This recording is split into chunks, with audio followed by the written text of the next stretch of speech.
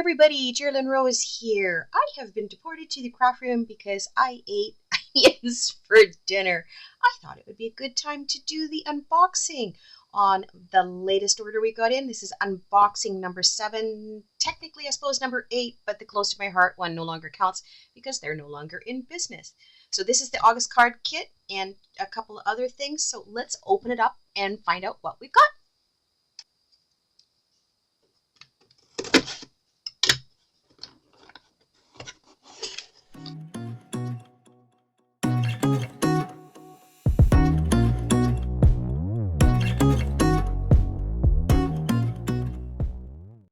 First off, I had to add these two guys in because my Waffle Flowers postage collage die. I had tried masking off all the little portions in between and realized that that was not going to be very efficient. So ordered the postage collage coloring stencil, which has the masks in between, and then a couple other generic ones that I can use on every type of postage one that goes out all through the year.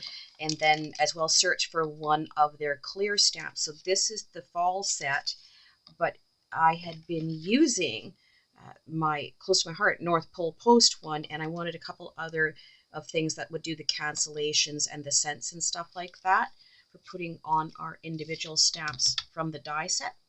So got those to add to the Waffle Flowers. Let's get this out of here.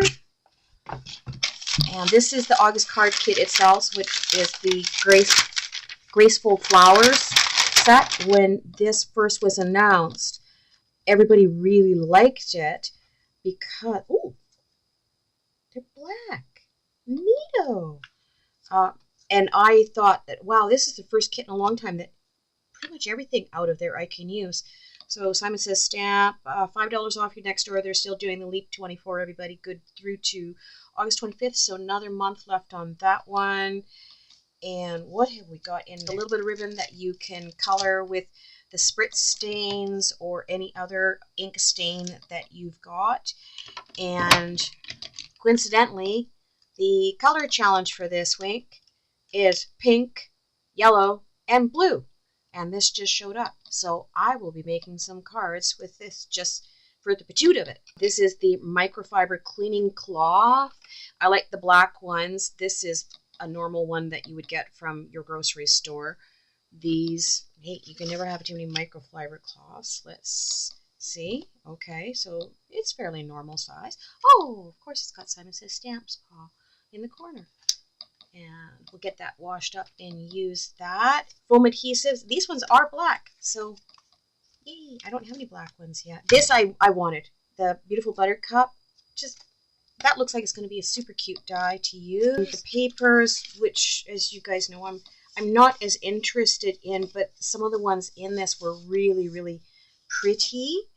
The back sides are a little bit plainer pattern, but still ones that you could use through many, many cards. It's got such a nice surface on it. I really need to learn how to use papers for the background instead of making a mess myself. One envelope, and that looks like bigger than an A2. Obligatory candy. Let's see. Oh, the card bases.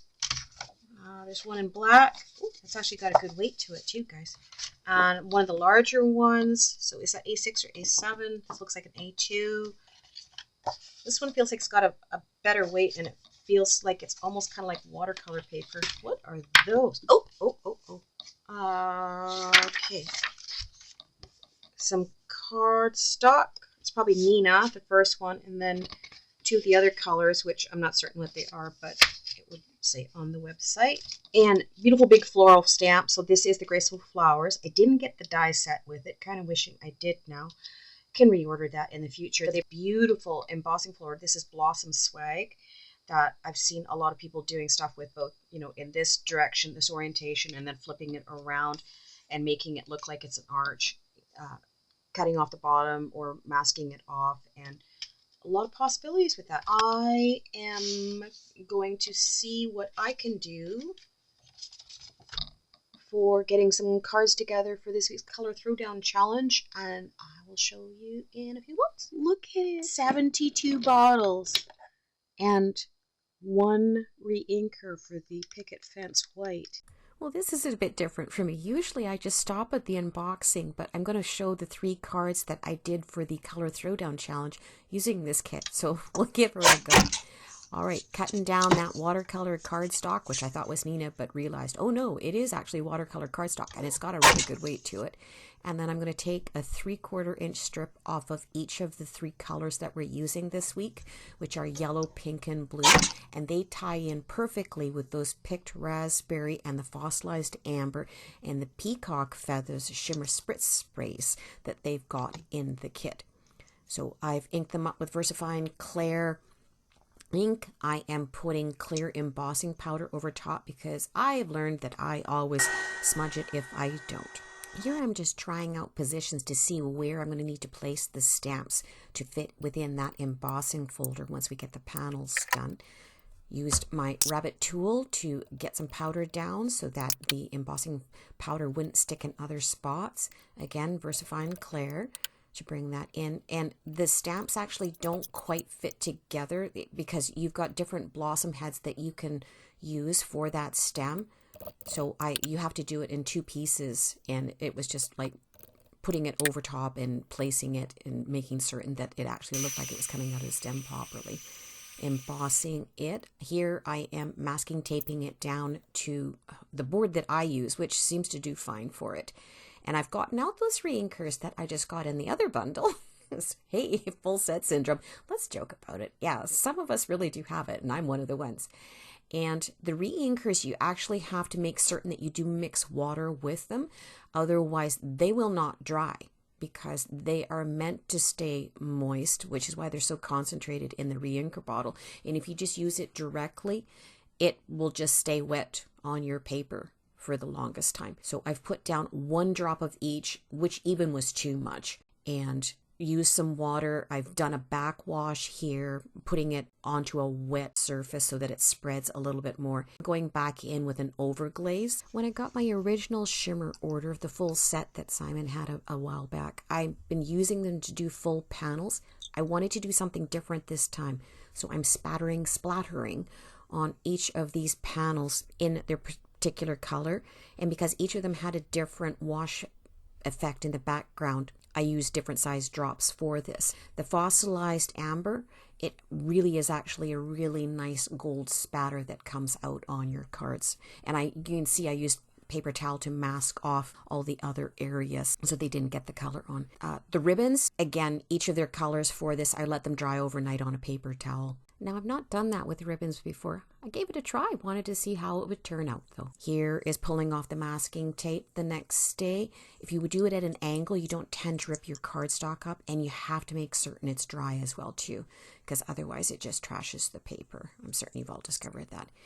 Here, we are going to go in with some ink smushing over top of the splatter because we like to do things differently. And I wanted to add a little bit more because, of course, I always do. It's always about what else can I fit in there on top of something else and still have it look like a cohesive layer. And did the smooshing, pulled out just one of those plastic sheets that you get your stuff in to do the smaller drops. I did dry it in between each time with the gun that I've got. And then, of course, put some droplets of water on to distress it, pulled that up with a paper towel. Here, I'm using the arch die to do the first panel.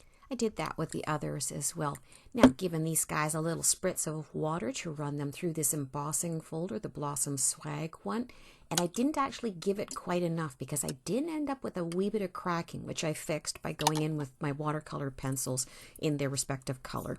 Taping down that ribbon on the back, I've decided, oh, I'm going to put some twine in there too and set things at an angle. You can see I'm positioning the sentiment here to see how I'm going to work it. So gluing the sentiment strip down, I'm going to, in the end, coat the twine and the ribbon as well too with a bit more glue so that the tape doesn't release off.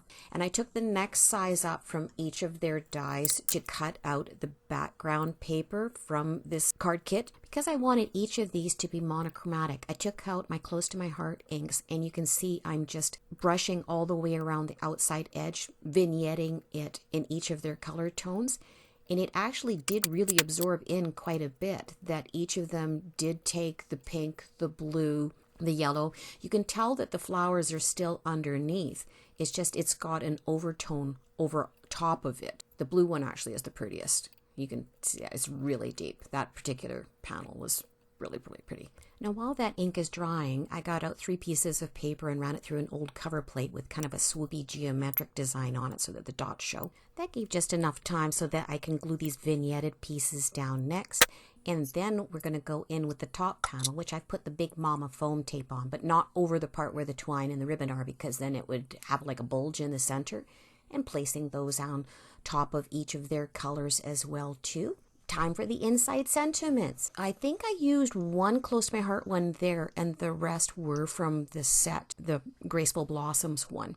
While I had those inks out for their panels, I did the custom stamp on the back for each of them too, using a different one each time, carrying, of course, just the monochromatic theme through. And these fonts are so delicate, you've got to be really careful not to squash them down too much, which is why I was just doing the fingertip application on that. It's best to go back in and double stamp them. I folded over my cards inside out and taped them together so that I could position the background stamp for this. So this is using that bigger one in the Graceful Blossoms.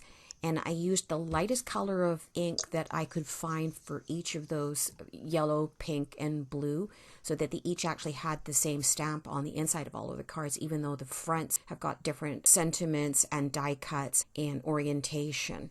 This was the Miss You. That one I didn't put any embossing on. I just inset it in and glued it down over top of its sentiment strip. This one is from the Hey Love die. And that one I used the Interference Blue embossing powder on, and I double did that one so that it actually came up with this really kind of neat milky effect over top of it. Now the last one, which is using the Just from the Just a Note set from CZ Design, that one I did in white. So they're all white toned, but each of them has got a different effect as well too. And here's where we're gluing them all down. I didn't want to make certain I didn't have like gobs of glue sitting out over the outside. You hung in there so far, guys. We're in the home stretch now because it's ombre glitter drops time. And I pulled out a bunch of the different colors for this one to put down the yellow and the blue and the pink tones and get some shiny bling bling bling on top of the cards because it needs to have that. That's the rule. But we're not done. Oh no. There will be more coming. You'll see in a moment. Because it's double, triple, shiny stuff time! And here are the Ranger Stickles and the Nouveau Jewel Drops. I did that just on the little stamens and pistils in the middle of the flowers. I think finally they're done. Alright, so here's all the shimmery goodness on each of them. That was my unique way of interpreting the colors for this week's Color Throwdown Challenge in yellow, pink, and blue. Not quite what you're expecting, but it works. It's a nice set too. I know who I'm going to send it off to. So you all be that change you want to make in the world. Get some crafting time in. Enjoy the summer. And we'll catch you all again next time. Bye-bye, everybody.